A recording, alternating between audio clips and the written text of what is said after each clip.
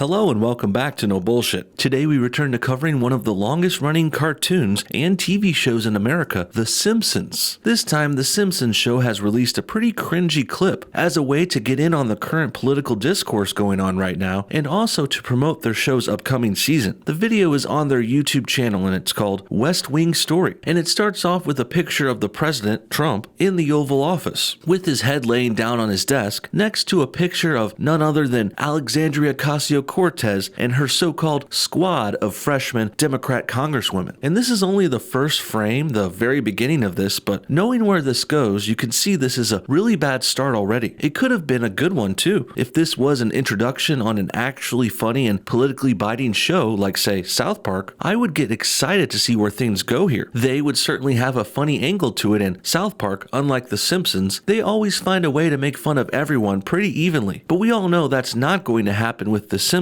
today in this video, not even close. That brings me to my first and main gripe with this whole situation. The video only makes fun of Trump and conservatives. They literally never make even the slightest joke or negative comment about any of the Democrats in this video, and there are lots of them in there too. AOC, Ilhan Omar, Ayanna Pressley, Rashida Tlaib, Bernie Sanders, Joe Biden, and more appear in this short 90-second clip, but literally all of the jokes, every single one, they're completely directed at Trump and our side. And they're really bad dated jokes about us too, like making fun of Trump's hair. That's right, after 3 years in office and multiple decades in the public eye, the best these Harvard-educated comedy writers at The Simpsons could come up with is a dated and overused Trump's hair looks funny joke. Wow, how pathetic. And they did all of this while passing up on easy and obvious jokes about all the Democrats. I mean, just look at this picture of the real AOC and her squad. There's so many things we could easily make fun of them for here. They're not exactly lookers to say the least, and they all have their quirks and things to be made fun of too, like AOC's bug eyes and Ilhan Omar having a big wrap around her head. And The Simpsons would make fun of them and do this too if they were a legitimate comedy-based operation these days, but they're not like that anymore. Maybe the show would have been fair and balanced with their criticisms here if this was 10 or 20 years ago, but now, in 2019, current year, The Simpsons are going completely pro-left wing and also anti-Trump and conservatives. I mean, AOC had a failed Green New Deal where she was caught trying to ban airplanes and cow farts because, as she put it, the world is going to end in 12 years if we don't. But The Simpsons will never mention this or anything that makes the Democrats look bad because they've become biased hacks who also have Trump derangement syndrome. Then, to make matters even worse here, the jokes they did make all about Trump and Republicans, well, they all fell flat and were either dated or stupid or unrelated. I already mentioned the lame hair jokes they started with, and then there was the voice actor that stuck out to me too. The voice actor for Trump didn't even sound like him at all, and that's a pretty big mess up. And that's kind of hard to do since Trump's got a pretty famous and easily parodied voice and speaking style. And The Simpsons used to be known for their great voice actors too, but somehow they messed up another big part of this video. Next, The Simpsons make the classless move of bashing the president's wife and bringing her into this for no good reason. Their famous line from this had AOC and the squad saying, "We're more American than your wife," a claim that's not only wrong, but it's also hypocritical coming from the left-wing side. It's also based on a misrepresentation and propaganda-influenced take of the whole Trump versus the squad conflict, which ran its course in the public over the last couple weeks. Basically, Trump finally called out the squad a while back for being a bunch of anti-American haters. They do constantly shit on this country and call us racist and white supremacists, so the president made the natural point here. He was talking about Ilhan Omar when he said, "If you don't like this country, you can leave." And more specifically, Trump said she should go back to her own country, Somalia, and try and fix things there and then come back and tell us how it went. This, of course, prompted dramatic outrage from the Democrats and the left-wing mainstream media who supports them. They immediately and unilaterally altered Trump's comments too. Instead of just being directed at Omar like they were originally, the left decided to misrepresent things and make it seem like Trump said the whole "go back to your country" line to the whole squad, or sometimes they even stretch it out to all liberals. They'll pretend Trump was saying go back to all Democrats or even all minorities. Pretty ridiculous, and this is obviously being done so they can say what they say next. Next, they claim we are Americans too, and many of the squad and others obviously were born here. So when they misrepresent things and make this suggestion, it's clearly trying to frame Trump up as if he's telling citizens to leave the country when really he's not. And now back to the Simpsons video. As I said, they decided to first bring Melania Trump into this for no good reason, and they obviously thought it was cute when they said, "We're more American than your wife," but that's not not only untrue, it's also rather disrespectful. Not to mention, this goes completely counter to the whole liberal side of the argument. They're supposed to be pro-immigrants and immigration, right? They sure are arguing for unlimited immigration all the time. And also, Democrats are known for defending immigrants above actual Americans all the time. But not with Melania Trump, apparently. Melania has been wrongly trashed and drugged through the mud by lefties because she's not the kind of immigrant they actually support. When liberals say they are pro-immigrants, they're really only pro-immigrants when they're black or brown, and they're definitely going to vote Democrat. But if you're a classy lady and ex-model and sexy bombshell who happens to be married to a conservative, like Melania Trump, well, you better watch your back when dealing with the left. It also doesn't help her cause that she's white.